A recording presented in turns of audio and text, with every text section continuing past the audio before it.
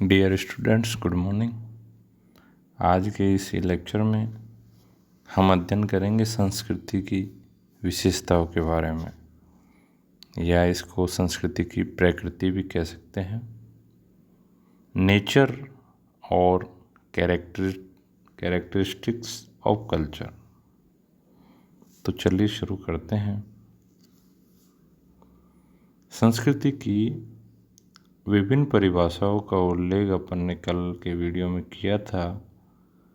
यहाँ इसे और अधिक स्पष्ट समझने के लिए उसकी विशेषताओं को जानना उचित रहेगा। तो सबसे पहली जो विशेषता है वो है संस्कृति मानव निर्मित है।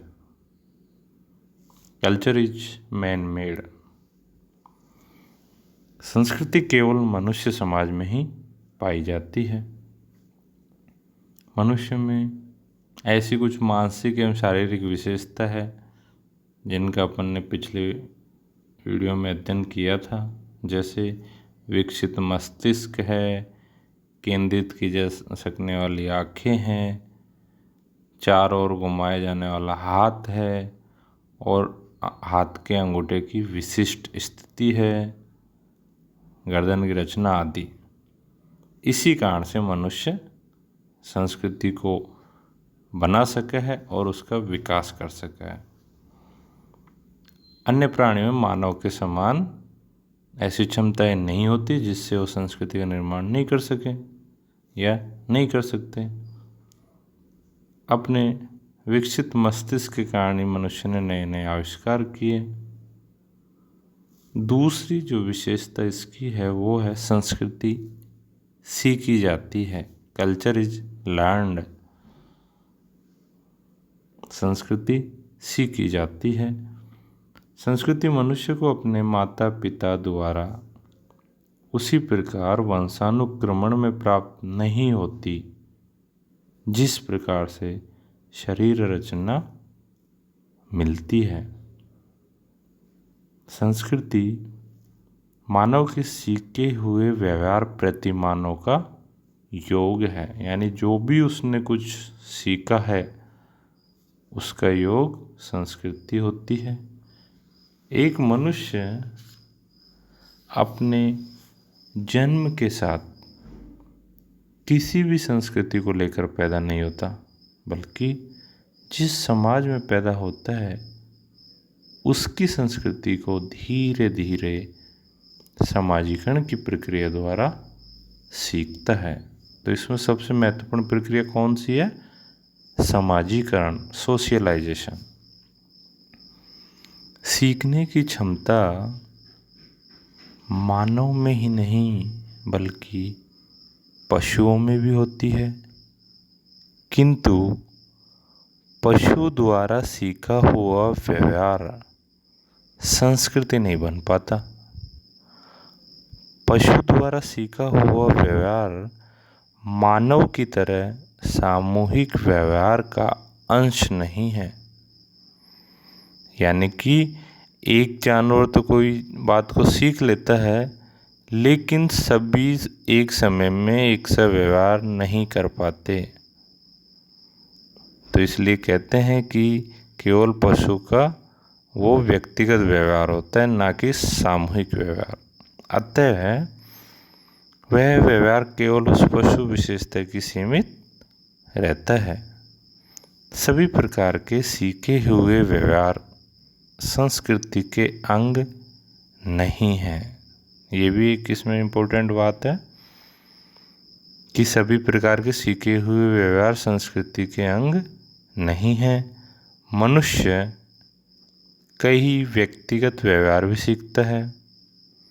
जो व्यवहार संपूर्ण या अधिकतर समूह, समुदाय, समाज के होते हैं, यानी कि कोई भी व्यवहार जो एक पूरे समूह या समुदाय या समाज के हो, उनसे ही संस्कृति बनती है। सामूहिक व्यवहार ही प्रथाओं, जनरीतियों, रूढ़ियों, परंपराओं आदि को जन्म देते हैं और ये केवल मानव समाज में ही पाए जाते हैं, पशुओं में नहीं पाए जाते। तीसरी जो विशेषता है वो है संस्कृति हस्तांतरित की जाती है, कल्चर इज ट्रांसमिटेड। संस्कृति चूँकि सीखी जा सकती है, इसलिए ही नई पीढ़ी पुरानी पीढ़ी के द्वारा संस्कृति का ज्ञान प्राप्त करती है। इस प्रकार एक समूह से दूसरे समूह को, एक पीढ़ी से दूसरी पीढ़ी को संस्कृति हस्तांतरित की जाती है। मानव को अन्य प्राणियों से श्रेष्ठ घोषित करने में उसकी भाषा का महत्वपूर्ण रोल होता है और उसी भाषा के कारण वह अपने ज्ञान को दूसरे लोगों तक आसानी से पहुंचाता है। वह अपने द्वारा अर्जित ज्ञान को नई पीढ़ी को भाषा, लेखन और संकेतों के माध्यम से ही ट्रांसफ़र कर पाता है। नई पीढ़ी को अपने पूर्वजों द्वारा अर्जित ज्ञान का भंडार प्राप्त होता है, जिसमें वे यानी कि नई पीढ़ी स्वयं का अनुभव भी जोड़ते चलती है और इस प्रकार से मानव ज्ञान एवं संस्कृति का भंडार दिनों दिन बढ़ता चला जाता है। भूतकाल के अनुभवों का लाभ भविष्य में आने वाली पीढ़ी द्वारा उठाया जाता है। नेक्स्ट बिंदु है, प्रत्येक समाज की एक विशिष्ट संस्कृति होती है। Every society has got its own culture. एक समाज की भौगोलिक एवं सामाजिक परिस्थितियाँ दूसरे समाज से अलग होती है, जिससे प्रत्येक समाज में अपनी एक विशिष्ट संस्कृति पाई जाती है। समाज अपनी आवश्यकताओं की पूर्ति के लिए अनेक आविष्कार करता है। आविष्कारों का योग संस्कृति को एक नया रूप प्रदान करते हैं, यानी कि सभी आविष्कार को मिलाकर वो एक संस्कृति को नया रूप प्रदान करते हैं, पुरानी संस्कृति को नया रूप प्रदान करते हैं। प्रत्येक समाज की आवश्यकताएं भी अलग अलग होती है, जो सांस्कृतिक भिन्नताओं को जन्म देती है। एक समाज की संस्कृति में घटित होने वाले परिवर्तन दूसरी संस्कृति में घटित होने वाले परिवर्तनों से अलग होते हैं। मुर्डॉक आदि का कहना है कि ऊपरी तौर पर हमें विभिन्न संस्कृतियों में भिन्नता दिखाई देती है, लेकिन यदि हम गहराई से देखें तो हम पाएंगे कि उनमें एक पर्याप्त समानता होती है। संस्कृति में सामाजिक गुण निहित होता है, ये अपना पांचवा बिंदु है। संस्कृति किसी व्यक्ति विशेष की देन नहीं होकर संपूर्ण समाज की देन होती है, यानी कि संस्कृति एक व्यक्ति या एक दो व्यक्तियों से निर्मित नहीं होती, बल्कि वो सामूहिक व्यवहार के द्वारा बनती है। उसका जन्म और विकास समाज के कारण ही हुआ है। समाज के अभाव में संस्कृति की कल्पना भी नहीं की जा सकती। कोई भी संस्कृति 5, 10 या 100, 200, 500 व्यक्तियों का प्रतिनिधित्व नहीं करती, बल्कि समाज या समूह के अधिकांश लोगों का प्रतिनिधित्व करती है, यानी कि समाज के अधिकांश लोगों के सामूहिक व्यवहार से वो बनती है। संस्कृति जो है वो सामूहिक आदतों, व्यवहारों एवं अनुभवों की ही देन होती है या उपज होती है। संस्कृति के अंश जैसे प्रथाएं, जनरीतियाँ, परंपरा आदि किसी एक व्यक्ति की विशेषताओं को प्रकट नहीं करते, बल्कि पूरे समाज की जीवन विधि को प्रतिनिधित्व करते हैं। पूरे समाज की जीवन विधि का ये क्या करते हैं? प्रतिनिधित्व करते हैं। अगला जो इसमें अपना बिंदु है वो है संस्कृति समूह के लिए आदर्श होती है। एक समूह के लोग अपनी संस्कृति को आदर्श मानते हैं और वो उसी के अनुसार अपने व्यवहार एवं विचारों को ढालते हैं। जब दो संस्कृतियों की तुलना की जाती है तो एक व्यक्ति दूसरी संस्कृति की तुलना में अपनी संस्कृति को आदर्श बताने का प्रयास करता है, उसकी अच्छाइयों का उल्लेख करता है। जैसे हिंदू संस्कृति की तुलना मुस्लिम संस्कृति से करने के दौरान एक हिंदू अपनी संस्कृति को ही श्रेष्ठ बताता है, जबकि एक मुसलमान भी अपनी ही संस्कृति को श्रेष्ठ बताता है। नेक्स्ट है अपनी संस्कृति मानव आवश्यकताओं की पूर्ति करती है। तो ये मानव की सामाजिक, शारीरिक एवं मानसिक सभी प्रकार की आवश्यकताओं की पूर्ति करती है और उनकी पूर्ति के लिए ही मानव ने संस्कृति का निर्माण किया है। प्रकार्यवादियों की यदि बात की जाए तो उन्होंने संस्कृति के प्रकार्यों पर अधिक बल दिया है। मेलिनोव्स्की का मानना है कि संस्कृति मानव की 7 मूलभूत शारीरिक एवं मानसिक आवश्यकताओं की पूर्ति करती है। कौन कौन सी आवश्यकता आती है उसमें?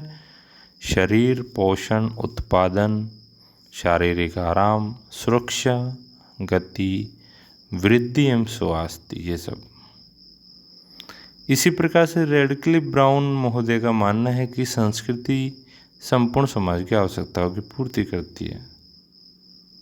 मानव की आवश्यकता की पूर्ति के लिए ही समय समय पर नए नए आविष्कार होते रहते हैं और वे संस्कृति के अंग बनते जाते हैं। अगली विशेषता जो है वो है संस्कृति में अनुकूलन की क्षमता होती है।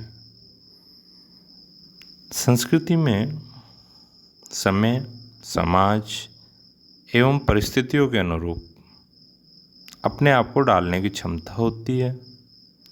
परिवर्तनशीलता संस्कृति का एक मुख्य गुण है। विभिन्न भौगोलिक परिस्थितियों के अनुसार, यानी कि अलग अलग जो भौगोलिक परिस्थितियाँ हैं उनके अनुसार संस्कृति अपने आप को बदलती रहती है। जैसे पहाड़ी भागों, मैदानों, रेगिस्तानों एवं बर्फीले प्रदेशों में निवास करने वाले लोगों की संस्कृतियों में पर्याप्त अंतर पाया जाता है और इसका कारण यह है कि संस्कृति ने अपने आप को भौगोलिक परिस्थितियों के अनुरूप ही ढाल लिया है। ठंडे प्रदेशों में रहने वाले लोगों के मकान एवं वस्त्रों की बनावट गर्म प्रदेशों में रहने वालों से अलग होती है। संस्कृति में परिवर्तनशीलता एवं अनुकूलन का गुण देखा जा सकता है। भारत में वर्तमान समय की संस्कृति वैदिक युग की संस्कृति से काफ़ी अलग है, क्योंकि समय के साथ साथ इसने अपने आप को बदल लिया है। सांस्कृतिक परिवर्तन की गति के धीमा होने के कारण कोई भी संस्कृति पूरी तरह से समय के साथ नहीं बदलती है। संस्कृति के विभिन्न या अलग अलग अंगों में भी परिवर्तन की गति धीमी या तेज हो सकती है। ये आपने वैसे फर्स्ट ईयर में जान लिया होगा कि संस्कृति के 2 भाग होते हैं, भौतिक और अभौतिक। तो एक भाग जब दूसरे की तुलना में पीछे रह जाता है ना, तो उसे औगवर्ण ने क्या नाम दिया है? सांस्कृतिक विलंबना। अगली विशेषता है संस्कृति में संतुलन एवं संगठन होता है। संस्कृति का निर्माण विभिन्न इकाइयों से मिलकर होता है। सांस्कृतिक इकाइयाँ जिन्हें हम संस्कृति तत्व, संस्कृति संकुल कहते हैं, परस्पर एक दूसरे से अलग नहीं है, बल्कि एक दूसरे से बंधी हुई है। ये सभी इकाइयाँ संगठित रूप से मिलकर ही पूरी संस्कृति की व्यवस्था को बनाए रखती है। अगली विशेषता है संस्कृति मानव व्यक्तित्व के निर्माण में मौलिक होती है। एक मनुष्य का पालन पोषण किसी सांस्कृतिक पर्यावरण में ही होता है। जन्म के बाद बच्चा अपनी संस्कृति को सीखकर उसे आत्मसात करता है। एक संस्कृति में पले हुए व्यक्ति का व्यक्तित्व दूसरी संस्कृति के व्यक्तित्व से अलग होता है। इसका कारण यह है कि संस्कृति में प्रचलित रीति रिवाजों, धर्म, दर्शन, कला, विज्ञान, प्रथाओं एवं व्यवहारों की जो छाप व्यक्ति के व्यक्तित्व पर पड़ती है, इसीलिए भारतीय संस्कृति में पले हुए व्यक्ति का व्यक्तित्व जापानी संस्कृति में पले हुए व्यक्ति से अलग होता है। एक जो इसकी लास्ट विशेषता वो है संस्कृति अधि वैयक्तिक एवं अधि सावयवी है। तो इसका तात्पर्य है अधिवैयक्तिक से मतलब हो जाता है कि संस्कृति का निर्माण किसी व्यक्ति विशेष द्वारा नहीं किया गया है और वह संस्कृति के एक भाग का ही उपभोग कर पाता है, संपूर्ण का नहीं कर पाता। और दूसरी बात इसमें जो है वो है संस्कृति अधिसावयवी है।